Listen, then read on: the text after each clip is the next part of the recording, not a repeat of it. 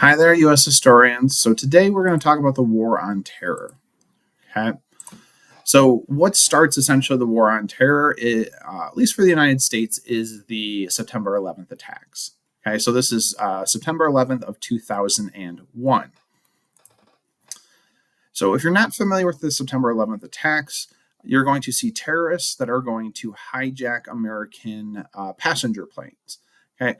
This is done with box cutters, like they assemble pieces that look like they have bombs, um, and we've seen the hijacking of like airliners before.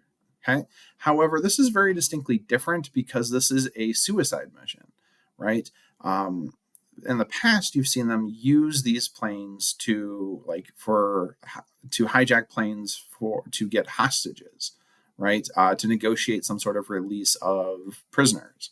Okay. In this case, they're going to use them as suicide bombers, right? To crash them into the World Trade Center, which is a complex of several buildings in New York City. Okay, I'll show you a picture here in a second. And the Pentagon, which is the head of the United States military, in the shape of a pentagon, which is the five branches of the U.S. military.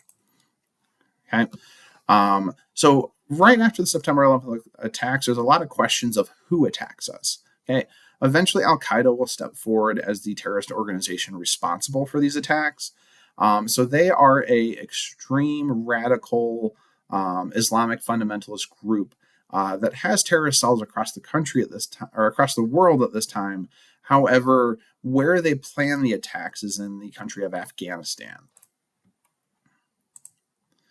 So we can spend a lot of different videos on why the September 11th attacks happened, but to kind of simplify a very complicated topic, Al Qaeda and this character here, Osama bin Laden, the leader of Al Qaeda, do not like what they perceive as American imperialism, right? This idea that the United States is getting involved around the globe, meddling in affairs of other countries, especially in the Middle East. Okay. And so you're seeing thousands of innocent American civilians being killed, and this definitely requires some sort of response. And so the first United States response to this will be the war in Afghanistan. Okay. We're going to target Afghanistan, the United States, and some of our closest allies in NATO, which stands for the North Atlantic Treaty Organization, are going to invade Afghanistan. Okay. At this point, the world kind of rallies to the support of the United States. Okay. This is sheer awful terrorist attack where you're seeing the killing of innocent civilians. And so the United States definitely is perceived as justified in going in to Afghanistan. What their primary goals are, they're looking for and targeting Osama bin Laden. He, at this point, becomes the most wanted man in the world. There's a bounty of several $1 million placed upon his head, and fellow like Al Qaeda terrorist leaders as well. Okay. Now, on top of that, of taking out Al Qaeda, right?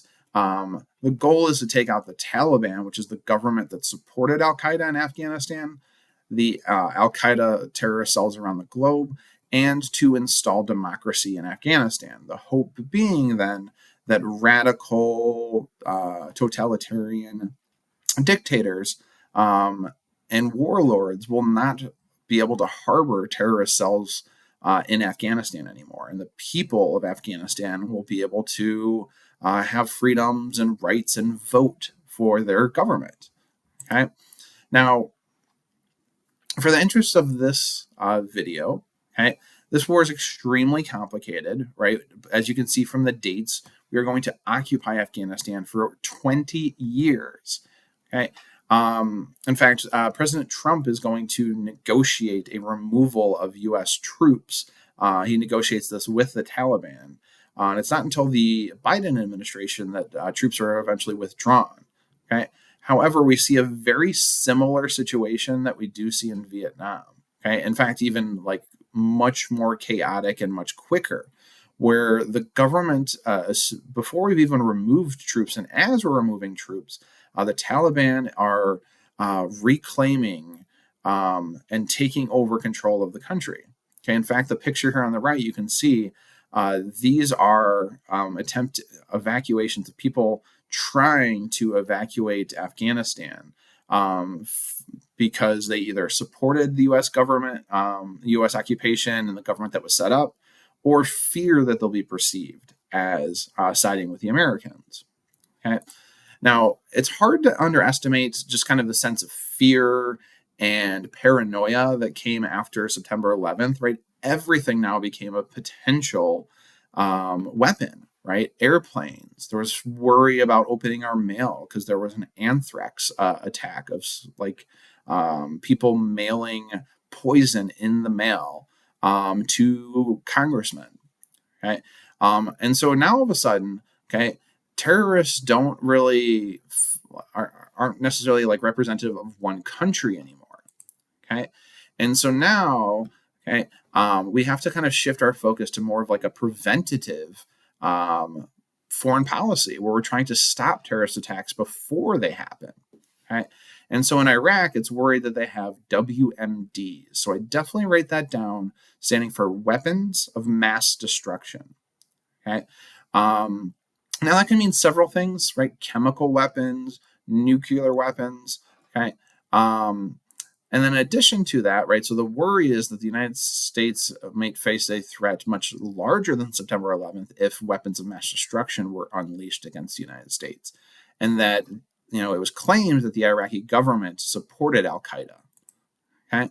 So Saddam Hussein, right, who is the dictator of Iraq, is accused of interfering with UN inspectors of the United Nations who were going in to try and locate these weapons of mass destruction. Okay, and so the United States decided, with a coalition known as the Coalition of the Willing, decides that they can't wait for UN approval. Right at this point, we can't wait for debate, we can't wait for discussion, because a threat was imminent. Right, and so we invade Iraq without UN approval. Okay. And similar to Afghanistan, right, our soldiers are very good at what they do. They conquer the country very quickly. Okay.